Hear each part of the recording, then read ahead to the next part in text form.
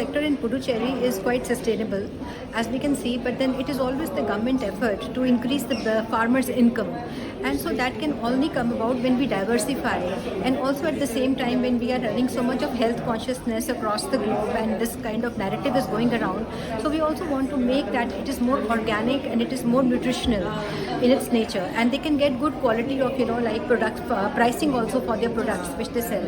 So what we have done is that we have connected them to various online markets so that they can get their the good pricing for their products, and also they can have a good first-hand experience and feedback from their consumers as to what kind of agriculture products they need, because agriculture is not just about the first-hand like products which are available, but also the secondary and allied sectors, the waste which is coming out of the agriculture sector. How do we process that?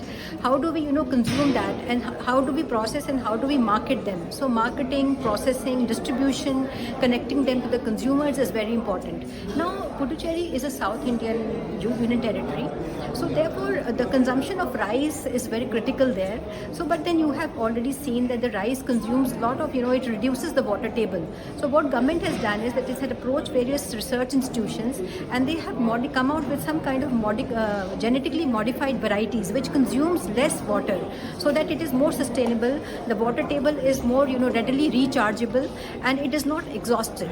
So therefore we are running the varieties, the farmers are sowing the varieties which are more water sustainable in nature.